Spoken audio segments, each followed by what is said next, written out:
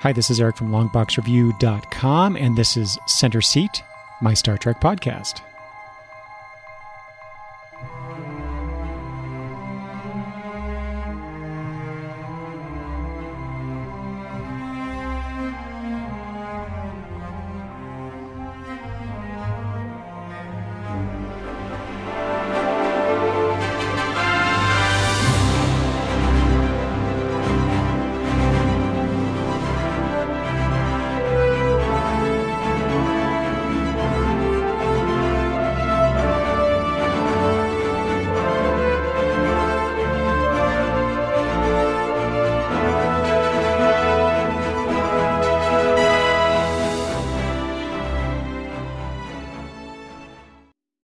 Hello and welcome to the show. Wasn't that a nice intro music? This is a piece by Aaron Kenny from YouTube called Saving the World. I thought that was a nice blend of Star Trekian adventure, if you will. So I just want to give Mr. Kenny a shout out for that and thank him here on the show. What you are going to listen to are my thoughts on Star Trek Discovery Season 1. This was recorded a while back, and I had already released this in the feed under the Gutters banner, but I have taken that down and am rebroadcasting it here as a Center Seat episode. So I hope you enjoy. So, just to give you a quick synopsis of how I feel about Star Trek Discovery. I liked it, but the entire time I was watching it, I was wondering, is this Star Trek? Does this represent Star Trek? Now, I am a pretty liberal person in terms of when things get reimagined or expanded on. I'm not one of those guys who thinks that if you redesign something or reimagine something slightly different than how it's been shown previously. In other words, I'm not a continuity wonk. And so I'm pretty lenient about those things like Star Trek Enterprise, which was a prequel to the original series, and how things looked and some of the things that they touched on, like the Borg episode, which, we didn't know about the Borg until The Next Generation. So how does that work? I mean, they explain those things away, so to speak, but I don't care, because what I'm looking for is a good story, and is it good Star Trek? So did Discovery live up to that? Well, we'll see. I'll talk about that a little bit later. But so there was a few key things I wanted to touch on. One of them is just the look and feel of Star Trek. So that, visually speaking, that is a huge part of what Star Trek is. Star Trek is very distinguishable from other sci-fi series in the past. Obviously, I'm thinking of Star Wars. I mean, yes, there are aliens and there are starships, and there are cool weapons and things of that nature. Faster than light travel and all that. But Star Trek has very distinctive qualities, and so those are the look of Star Trek Discovery is something that I very much responded to. And I remember when I talked about in episode 109 how I talked about my how I was looking forward to watching Star Trek Discovery and seeing what they did with it, how they interpreted it. Because Star Trek Discovery is supposed to be about 10 years before Kirk is on the Enterprise with Spock and the rest, which is an area or a span of time that was not really, I mean, it was, I guess, talked about somewhat in relation to the characters. Kirk's time at the Academy with what was that guy that, Finnegan, I think?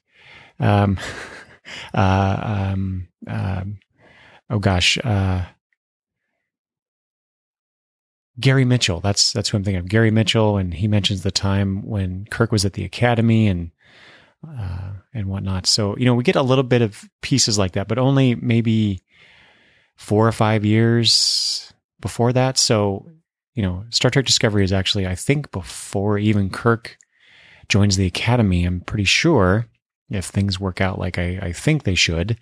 So that's a good span of time to mine in terms of Star Trek history.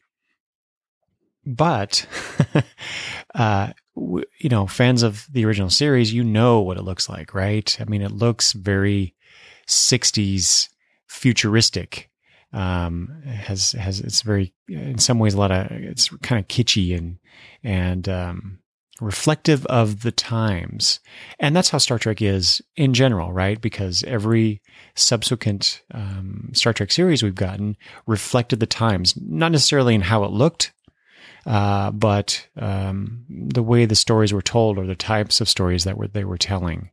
I'm thinking specifically of Star Trek Enterprise, which had that season-long arc about engaging an enemy that attacked us. And that was right after, during and after 9/11. So Star Trek often reflects the times in which we live and addresses them in various ways.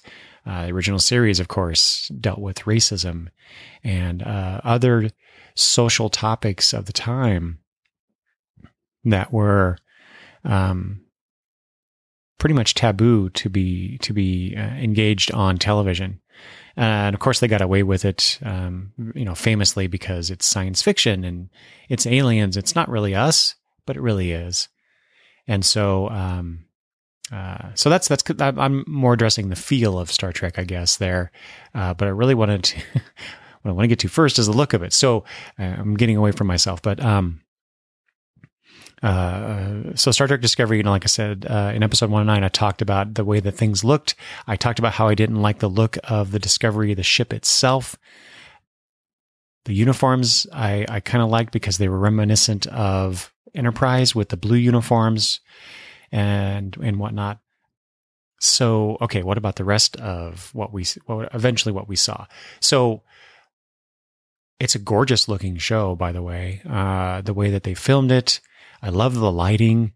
I liked the fact that the Discovery itself it looks lived in, whereas many times during like the next Star Trek, The Next Generation, it seemed like only a dozen or 24 people were ever on the Enterprise at any one time, because you rarely saw, especially in later seasons, you rarely saw more personnel on the ship than the main cast and the guest stars, of course. But what I liked about Discovery is there's still a little bit of that, but there are scenes in the corridors where there are other personnel, background characters, just doing their Starfleet business. And I liked how, especially there was a few scenes where people were jogging through the corridors, and I thought you got the sense that the ship was lived in, much like a naval vessel, I imagine, is in our own Navy. I mentioned uniforms before, how they were reminiscent of Enterprise's blue uniforms. Of course, these have the gold piping, or I'm not sure, the bands, I guess, on it, which at first I liked, and then the more I watched it, the more I didn't. But you got to break up all that blue in some way. Of course, the one thing I keyed in on is how the insignia on their uniforms is the Enterprise insignia, and of course, famously, that's not how Starfleet was during the original series. That's not to say that they couldn't have been that way before, I guess, but we'll see how that. So I should mention, I might talk about some things that are spoilers. I probably should have done that at the top of this. So if you haven't watched Star Trek Discovery, I will reveal some things that occurred during the entire run of the series. So you are warned. So at the very end of the show, the very last episode, the last scene is, I believe the last scene, the USS Enterprise shows up under the command of Captain Pike, who was the captain before Kirk took over. So that makes sense, of course. So I was going to say, I'm curious if they're going to have the Enterprise insignia, but of course they will, because that is the Enterprise. So that's, brain fart there. Sorry. But as we encounter other ships, I want to see if maybe Starfleet's transitioning to having individual ship insignias, as we saw in the original series. Why they went from one to several back to one, because we found out, I think, retroactively that after before Star Trek: The Motion Picture, Starfleet decided to adopt. I don't know if that's canon or not. That's the thing. Some of this stuff is just kind of stuff that I've gleaned over the years through various sources, but I believe that Starfleet decided to adopt the Enterprise's insignia throughout the fleet and not have individual ones. So, there's an explanation there. That's the one thing I like about Star Trek, is that you can pretty much qualify anything that appears to be a contradiction in continuity. However, one thing that is totally, while cool, seems to be very contradictory, and that is the hologram communication, where people would interact with characters on the show that were not on the ship, on the Discovery or other ships, and they did it through these holographic communication, this setup or whatever, which is something that did show up in Star Trek, but it showed up in, I believe, first in Deep Space Nine, and in a very limited fashion. And they didn't use it very much, as I recall. It was introduced as this thing that they could do, and then you didn't really see it on any other ship besides the Defiant, as I recall. So how is this explained? The drive, not the warp drive, I'm blanking on it. The spore drive, which was a very experimental thing, and they did set it up to be something that I could see Starfleet going, yeah, this was very useful during this period of our time, this period in time with the Klingon War, but because of X, Y, and Z, it's too dangerous. But how could the scientists in the Federation, or Starfleet specifically, not explore that and try to refine it so it's not as dangerous to personnel? Of course, it might have something to do with the mirror universe that shows up in this. So anyway, again, it can be explained away. These apparent leaps in technology far beyond the original series, and sometimes even the Next Generation, on the surface seem like, what are they doing and how do they explain this? So, but still really cool. A couple more things about just kind of the look of the show. I really like the hand phasers that they had.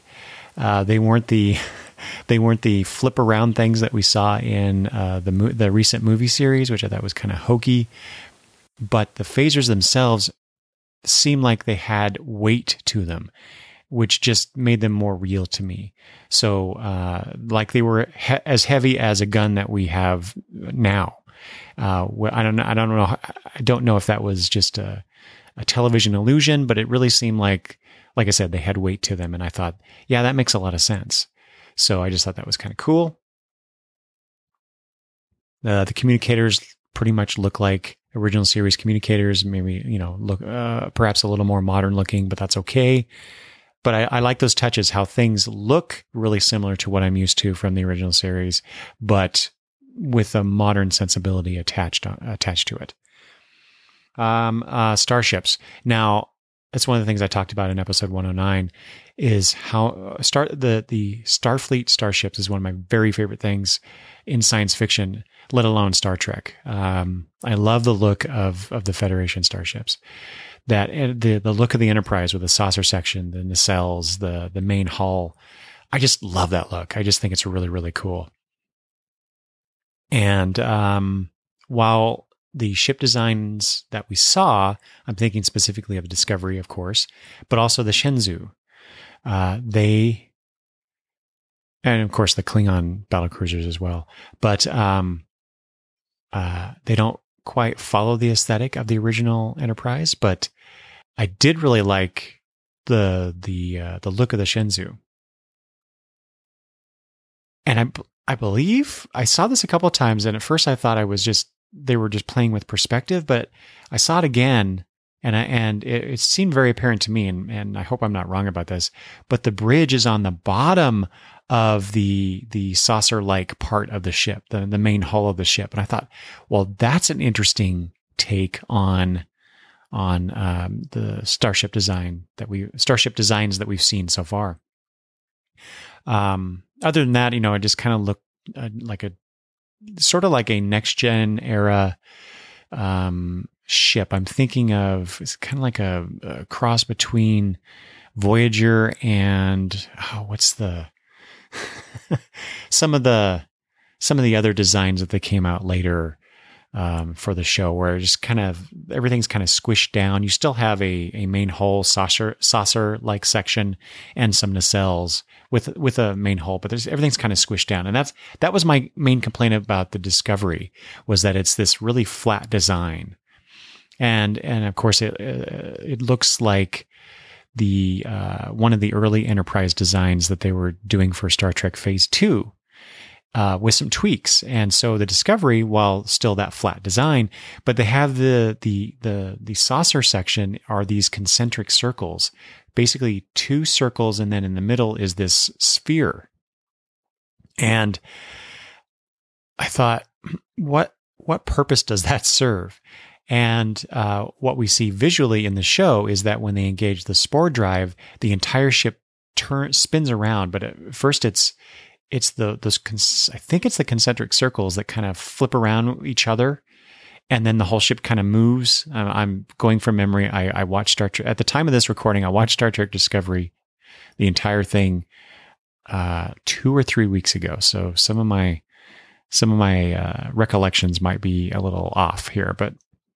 Anyway, it's a cool looking image, seeing the ship just kind of flip around itself and then disappear and then pop back in some other part of the galaxy. And of course, the spore drive, I forgot to mention, is this basically a ship teleportation device. So think of the transporter, but just they could pretty much go anywhere that they want. And in fact, not only in their own galaxy, but it turns out with some changes, they could go into an alternate universe. So, really cool idea, but, like I said, really cool visual. But other than that, my impression of that design is that somebody, on the show, running the show, some executive producer or somebody was like, wouldn't it be cool if, and then they built the entire thing on that premise, how the ship can kind of flip around itself and turn in these circles and then pop out and pop back in.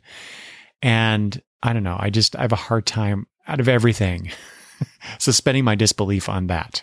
How does flipping around in circles cause or help the ship teleport in the spore drive system?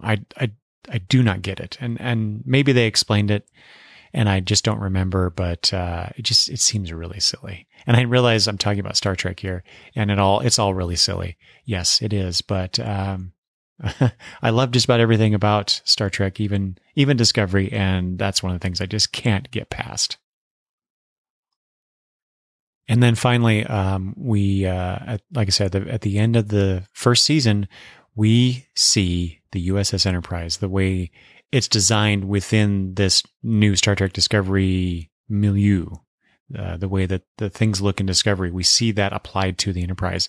And I have to say, I know I'm jumping ahead, but in terms of what goes on in the series, but I genuinely got excited when the Enterprise showed up and they said it was Captain Pike calling.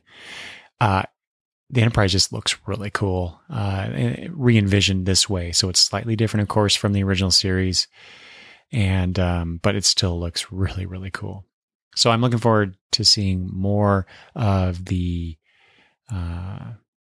Constitution class. I hope we'll see more of it. I don't need to see the Enterprise. It doesn't have to be the Discovery and Enterprise show, but I would really like to see more ships.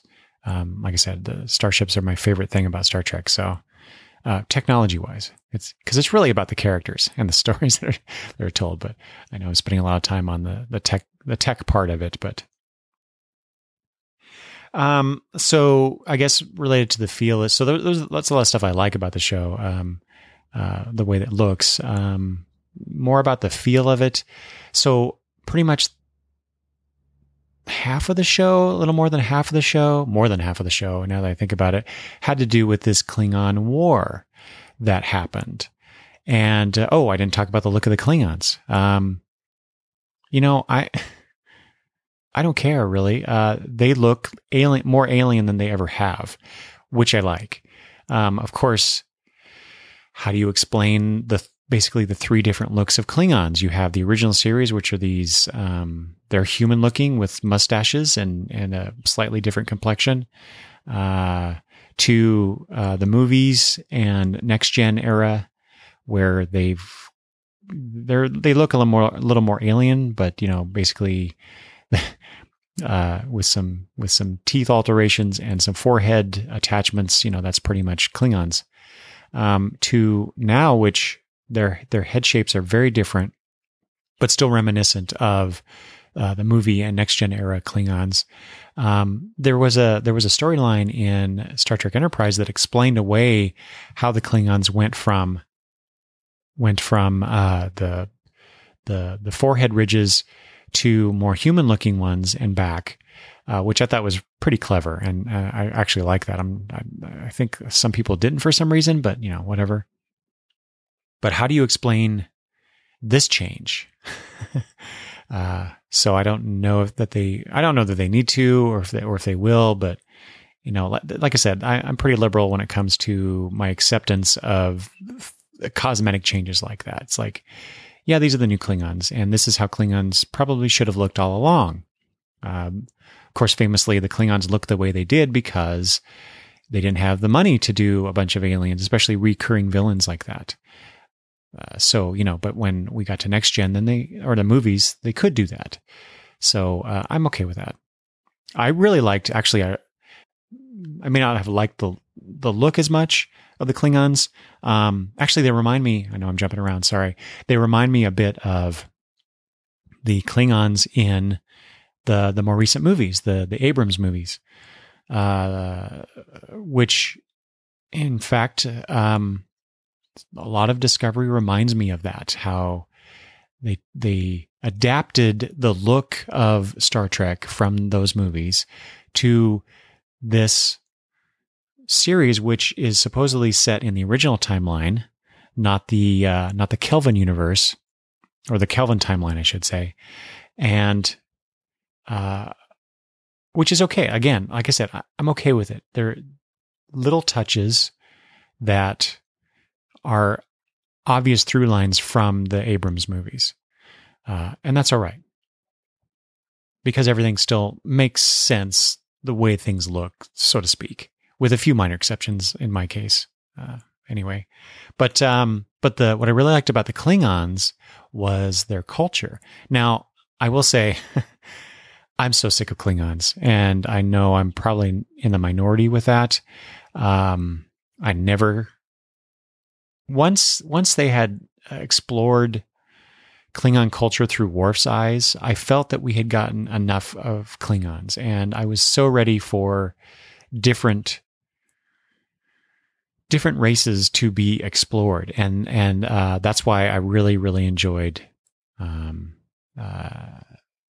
Shran and the Andorians, how they were shown in Star Trek Enterprise. So we got an original series alien race, but we got to know so much more about their culture, about an alien culture and race that we just simply didn't know a lot about from the original series. And so I really appreciate that. But then we go back to the Klingons, because the Klingons are, besides the Vulcans, are probably the most well-loved race in Star Trek. And I like Klingons just fine. Why does it have to be Klingons again? So that was a negative for me. But like I said, I really liked the culture. The fact that for the most part they spoke in Klingonese, and not Universal Translator English. Except for this one scene that was pretty cool where they actually showed Burnham using her communicator as a universal translator instead of just magically it happens, as we've seen in the original series and, of course, in the Next Gen era stuff. So I really appreciated that, those little touches like that. I will nitpick because I did check this out. I pulled out my Star Trek encyclopedia. Yes, I have that. I have a couple of versions of it. I checked on the Star Trek Wiki, Memory Alpha. And while there have been comments made in episodes about skirmishes with Klingons, I could not find, and I could be wrong about this, but I could not find any reference to an actual war with the Klingons in the Federation history. Before Kirk's time, I mean. But this show is very blatant about it. There was a Klingon war in which the Federation almost lost. I mean, they were on the brink of being wiped out by the Klingons until the events that allowed that to be basically magically done away with. Not a big fan of that kind of Deus Ex Machina type stuff, but oh well. So I just, within 10 years of Kirk's time, there was this major war in which the Federation almost lost, and yet there was no mention of it. And considering how, I don't know, I just find it hard to believe that within 10 years, we go from a war with this culture to this Cold War as depicted in the original series. It just doesn't jibe very well with me. It doesn't match up. But again, I'm willing to go with it to a certain degree. So maybe in season 2, they'll open up negotiations and things will become better between the two powers in the galaxy, and then that will better match up things with what I know of Star Trek history. But again, I hope that they don't spend a lot of time on the Klingons. Let's explore the Tellarites, other races. I know that originally, gosh, I'm blanking on the guy's name. He was one of the executive producers. He was the one put in charge of Discovery, and then he left shortly thereafter. Brian Fuller, I think is the guy's name. And he was one of the major reasons why I was looking forward to this new series, because Brian Fuller is one of the better Star Trek writers, and he has a genuine love, supposedly, of Star Trek. And so I always appreciate when someone who loves the concept, loves the show, comes back and does something new with it, but also new and different. And I fully expected that he'd be able to do that. But anyway, he had made some comment about how the Tholians would be a major part of Discovery. And of course, that did not happen at all in the first season. So maybe in season 2, I don't know. But different. Let's focus on something besides the Klingons and the Romulans. Although I always like the Romulans better than the Klingons. I know they're different Vulcans, but I just wanted to know more about their culture as opposed to the Klingons, I guess. Anyway, but there are more. Bring back the Andorians. There's so many different races. I mean, we have. I don't remember what he is, but Saru's race. We have different alien cultures that have been introduced here, and so let's explore those. Get away from the Klingons. All right, I'll hopefully stop talking about Klingons. Okay, so let's talk about the characters. There is Specialist Burnham, Michael Burnham, of course. I liked her at first. I really did. This human who was raised Vulcan, as a stepdaughter of sorts to Sarek and oh gosh, I'm blanking on Spock's mother's name. Shows you how much of a Star Trek fan I really am, right? Oh, wow. Totally blanking. Okay. Never mind. Anyway, so she was raised. So, where does Spock fit in this? We haven't seen Spock. I can't imagine we can't see Spock. If we're going to see Pike, we got to see Spock. So, so there's that. There's that. What does that mean? What I mean to say is that with Burnham, it's just really cool to see how a human who's acting like a Vulcan, how she deals with her emotions. Because there are flashback scenes where she's very emotionless. She very much takes on the Vulcan facade, and so she's dealing with that with her first captain on the Shinzu, Philippa Georgiou, and how what that all means, and what happens in that very first episode where she commits mutiny and takes over the ship in order to save it. And what comes after that, and how she besides the fact that she is a pariah in Starfleet, she doesn't engage well with people. Her former captain Georgiou being an exception. So she develops this relationship with Tilly, whom I absolutely love. I'll talk about her in a second. With Tyler, and of course, the captain of the Discovery, Lorca. All these new names, I'm just getting used to them. So I really enjoyed that aspect of her character, but I less so liked her going on with the series, and I'm not really sure why.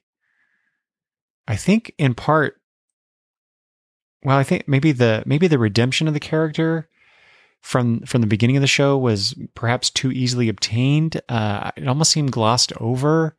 There didn't seem to be a lot coming from her. It seemed to be more external to her and how she is viewed by the Discovery crew and by extension Starfleet. At the very end of the show, basically she is pardoned of her sins from before, and that's it. It's just like, yeah, you did some good stuff, but you still committed a crime. And so I guess it's the Kirk model of even though you broke a lot of rules and you should get punished for it because you saved the universe once or twice, you get a slap on the wrist. So I guess that is in keeping with Star Trek tradition. So anyway, I don't know. How she dealt with her inner demons was not well portrayed, I think. And I totally blame that on the scripts, the fact that they dealt more with the Klingon War and the plots that they had that weren't part of the Klingon War. Kind of the one-off episodes. So it wasn't as character driven as I would like. But I mean, you could say that about, well, hell, think of Star Trek: The Next Generation, where we didn't get a lot of character development over 7 years and a few movies. The characters were pretty much the same from beginning to end, with a few exceptions, of course. I'm thinking of Data and Picard, especially. So I guess I can forgive that to some degree. It's kind of Star Trek in that way, but just from a character standpoint, the story wasn't there for me to really engage with Burnham. And same with Saru. I liked him a lot at first. The whole idea of a race, a species who can detect imminent death. There was a few scenes where Saru's danger ganglia. I don't remember if that's the correct term, but they refer to his ganglia. It's kind of like a spider sense in a way, but there's a few times where his ganglia would pop out and it surprised him. And there was one scene in particular in which Burnham was supposed to be going off the Discovery. This is early on in the series. She was supposed to be off the Discovery and going back to prison, or going to prison. And as the ship that's taking the prisoners, of which Burnham was supposed to be one of them, as it warps away, then Saru's ganglia pops down, and it's because he senses Burnham there, still in the Discovery. And I thought that was really cool, but they never really did anything with that. And as far as I can tell, her being on the ship actually was the opposite of the ship being in danger. So I'm not sure why they did that. But anyway, just with Saru, there wasn't a lot of character development there either, even though they did that one episode where he kind of lost it on the alien planet. But that's all right. Opposite of both those characters, I really did not like the engineer, the scientist Stamets. But he became my second favorite character over time. They talk about a character arc and character development with someone on the show. I think probably Stamets is the most. He probably had the most growth in terms of where he started out and where he ended up. And that had a lot to do with his experience with the Spore Drive and his partner. So I just really liked it. He went from this cranky, yelly dude to someone who was very sympathetic and instrumental in saving the universe from a couple different threats. Cadet Tilly. Oh, I've already let the cat out of the bag before, but oh my God, I love her. I love Cadet Tilly. Oh, I guess Ensign Tilly now by the end of the show, but I just from her initial introduction, this awkward, talking a lot and talking very fast to cover up her insecurities, person to someone who had to portray her mirror universe. I didn't even talk about that part in the feel of the show. I guess I'll talk about that later, but to how she had to portray herself as her mirror universe counterpart was just delightful. I loved it. In many ways, she was the most capable Starfleet personnel that we encountered in the show, and she's just a cadet. Which just, she's kind of like the Wesley Crusher of the show in terms of someone who's young and inexperienced, but brilliant. And so I can imagine if she wasn't on the show, I doubt I would like the show as much as I did. In fact, I don't know that I would necessarily be watching season 2 because I'm certainly not doing it for Burnham's sake.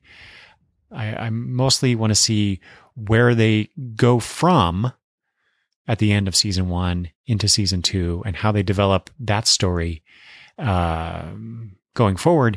And I really want to see what they're going to do with Cadet Tilly or Ensign Tilly and a few other characters. Captain Lorca. So this will be a major spoiler if you haven't watched the show and you're okay with the spoilers so far. This will be a major one. So you might want to hold off on this, but I initially liked Lorca in that he was a different captain than what we've seen before. He was, what was the captain in the Next Gen episode that took over? Jellicoe, Captain Jellicoe, took over for Picard there for a couple episodes. He was more like Jellicoe than Picard, of course. He was kind of hard-edged, demanded a lot from his crew, but also was very complimentary and protective. So I like that. It's a different captain, a take on a captain of a starship that we've seen before.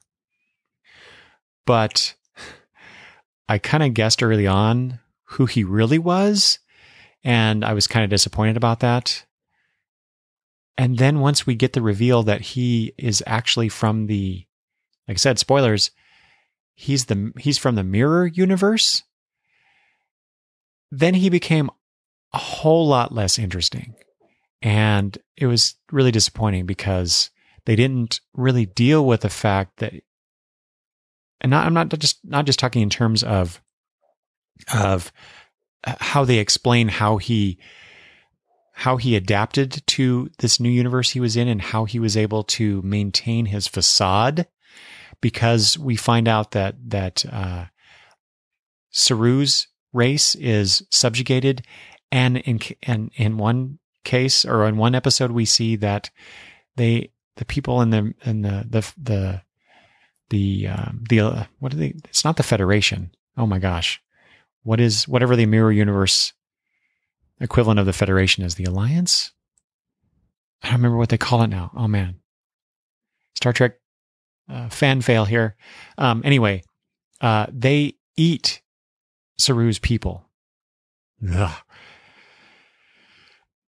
So how do you go from a viewpoint of these people are slaves and food to Saru being the first officer on the Discovery with Captain Lorca, and Captain Lorca not tipping his hand?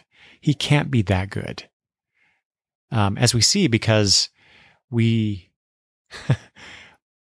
see Philippa Georgiou in the Mirror Universe is the emperor of the universe, and she does not hide her disdain for Saru or the Klingons at all, even though she's pretending to be the Captain Georgiou of our universe, the main universe. So anyway, I thought there was at least one episode where they could have touched on that aspect of Lorca, but they had to move forward and get things done to wrap the show up. And so we just kind of saw him go from the Captain Lorca we had seen for the previous 12 episodes or whatever it was to the last few episodes where he's just a typical Mirror Universe character trying to take over the Empire. Well, that's what it is. It's the Empire. It's not the Federation. Anyway, so, I just thought there was a missed opportunity. But maybe we'll get his backstory. Probably not, because the actor, I think, was just going to be on that first season, just to I don't know, get some eyes on the show, I guess. We'll see. I mentioned Georgiou. I would have liked to have seen more of her as the captain, even in flashback. That's an opportunity that I felt was wasted, where they could have had more scenes, Burnham thinking back about her conversations with Georgiou and how those things would impact her betrayal of Georgiou from the first episode. But on the flip side of that, maybe it was wise not to do that, because we do get Georgiou showing up in the latter third probably of the show as the Emperor, and boy, does that actor just chew up the scenery as the Emperor. And in fact, she ends up in the main universe and is allowed to go free and do stuff. And there was a scene I did not see in the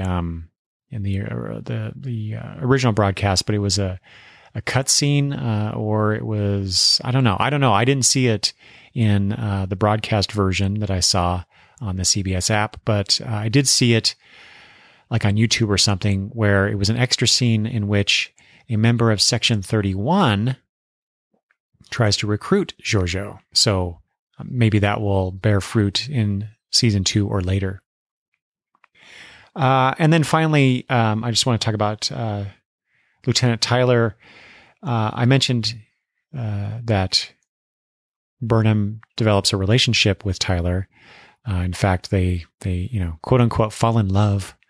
I just say that because, people who fall in love in movie and TV shows do it really fast. But anyway, he, in terms of a Discovery specific element, I think he is probably one of the more interesting characters, because he is one of the Klingons is surgically altered to look like a human. And so that's where I thought they were going with the whole Klingons look human in the original series part, but it was really more as a spy. So Tyler was planted in a Klingon jail, in which Lorca was also in, and they escape, of course. We find out they were allowed to escape so that Tyler could be a spy for the Klingons. And I say specific to Discovery because it was the way in which it was shown.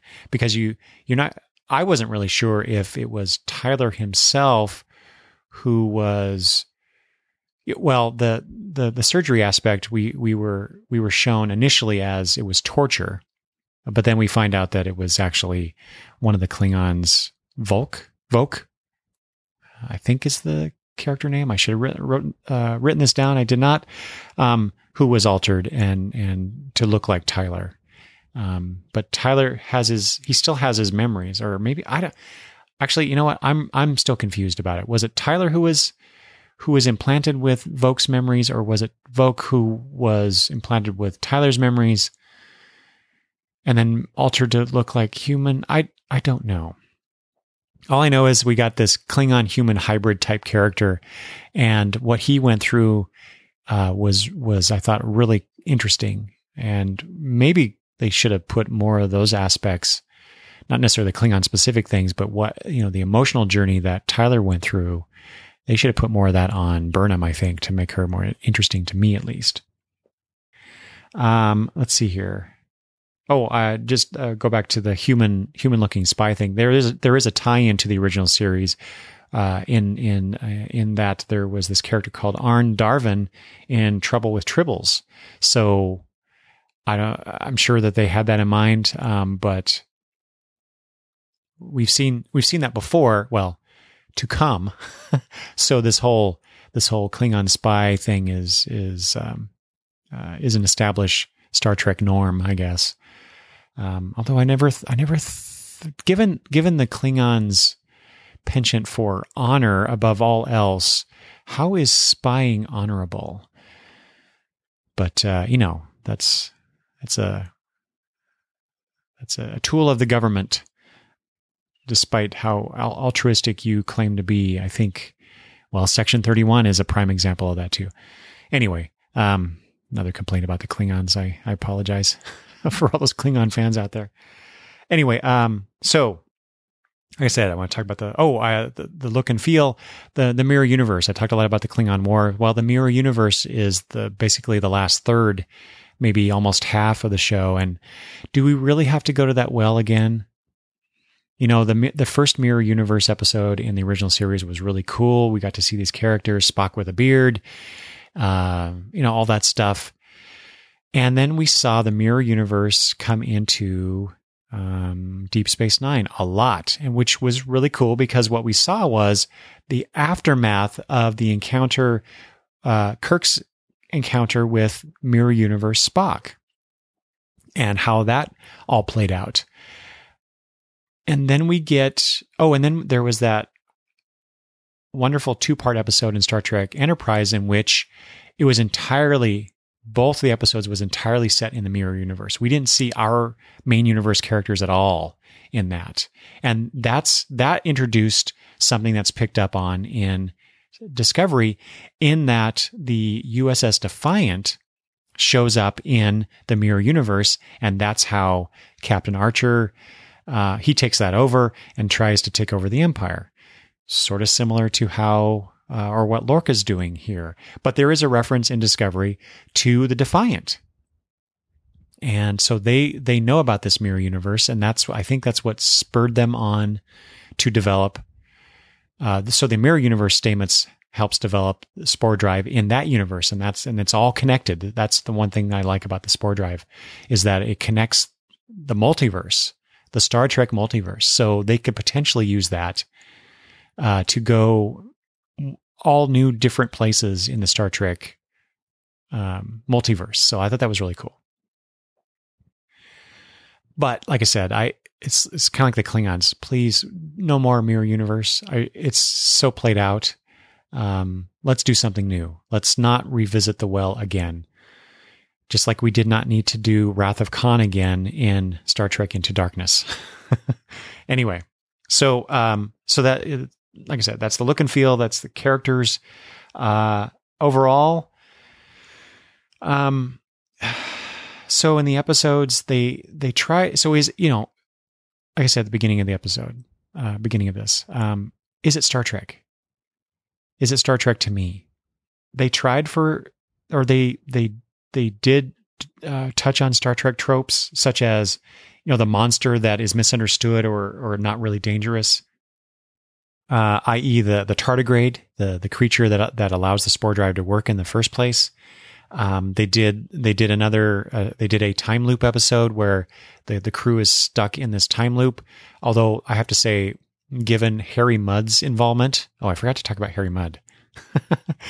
Harry Mudd's involvement and what's going on in that particular episode, I actually did like that one. If you're going to do a time loop episode, that was pretty well done. Like I said, the Mirror Universe, Klingons. They didn't show it in the main episodes, but Section 31. So all these previous concepts that is Star Trek, they touched on those. Maybe they did a marginally better job than what we've seen before. Like I said, with the time loop episode in particular, but I don't know, just with the focus on the Mirror Universe and the Klingons and the Klingon War, just felt more like same old. So maybe if I were going to give a letter grade, I'd give it a B- in that regard.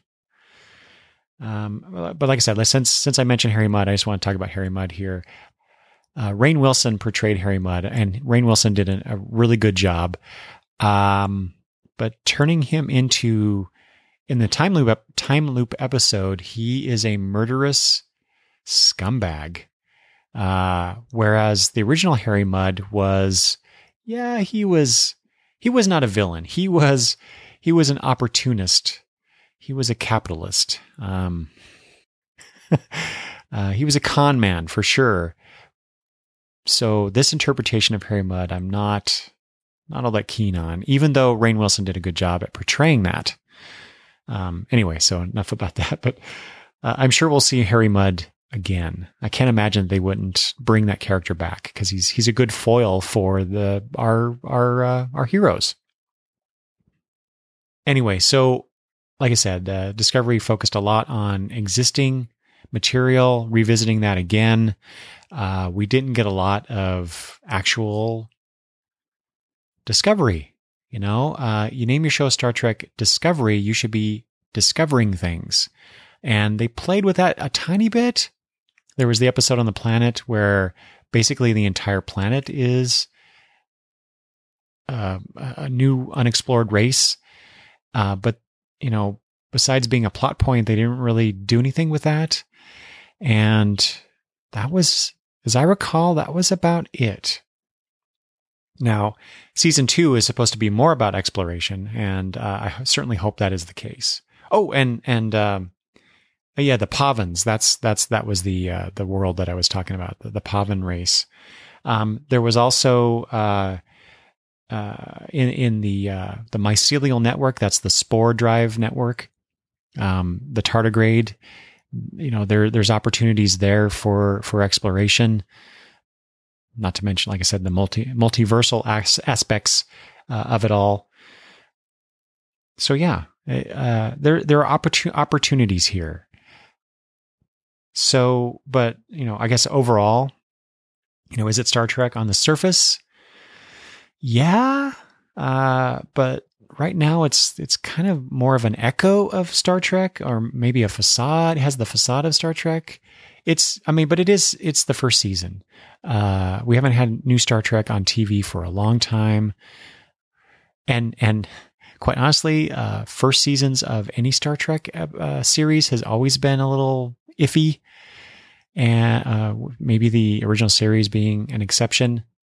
But I thought they did pretty well. There was 15 episodes, I think, 13 or 15 episodes of Discovery.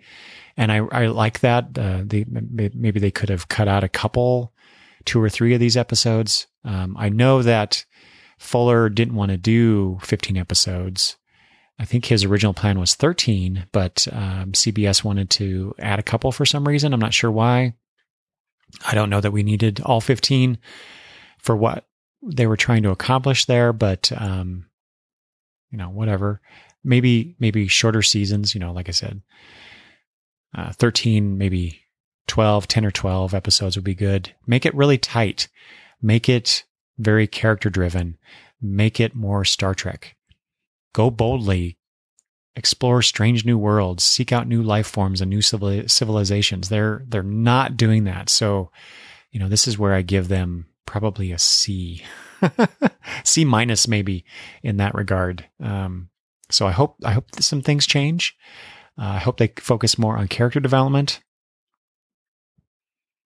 I do like though how this series is a little more rougher around the edges, especially in regards to Starfleet and the Federation, than what we got in the Next Generation in particular, because things are really the operation runs smoothly. Things are pretty well established. The Federation isn't like in Kirk's time or Starfleet isn't like in Kirk's time where, he was often in remote space, and he was pretty much the power that be in that whatever sector he was in at the time. And it was less about established rules and regulations, even though they had those, than what we saw in Next Generation. And this Discovery being 10 years before that, it makes a lot of sense that things should be even more so, a little more rough around the edges. So I do like that aspect of it. But I want to see more about Starfleet and development of the Federation at this time than we have been given in other shows. So I'm looking forward to that. I also watched The Orville on Fox before I finished watching Star Trek Discovery. And in many ways, this pains me to say, but in some ways, not many, in some ways, The Orville is more Star Trek than Discovery was. I won't say that it's necessarily better. In some ways it was, in other ways it wasn't. Seth MacFarlane's humor, additions of humor in The Orville takes a little bit of getting used to for me. Sometimes I thought it was a little more jokey than it needed to be, but that is one way that it distinguishes itself from Star Trek in general, let alone Star Trek Discovery. But some of the themes that The Orville explored is more Star Trek to me than what they explored in, or barely explored in, Star Trek Discovery. So I think season 2, Star Trek Discovery, has some room for improvement. And but I'm rooting for it because it's Star Trek. I love this franchise. I love this universe. I've said it a few times now on the podcast. It was my first fandom before comics, and I just want it to succeed and be as good as the promise of Star Trek is something that I very much want to see succeed. That's the way to put it. There you go. So anyway, those are my thoughts on Star Trek Discovery. I'd be very interested in hearing your thoughts about Star Trek Discovery and Star Trek in general, and how everything connects and can improve or not. I'd be more than happy to listen to contrary thoughts to my opinions about Star Trek and Star Trek Discovery. And if you'd like to send those my way, please do. Please participate in this conversation of, so to speak, that I'm having with you about Star Trek and Star Trek Discovery. And you can do so by sending me email at longboxreview@gmail.com, or you can leave comments at longboxreview.com, where this episode will be posted.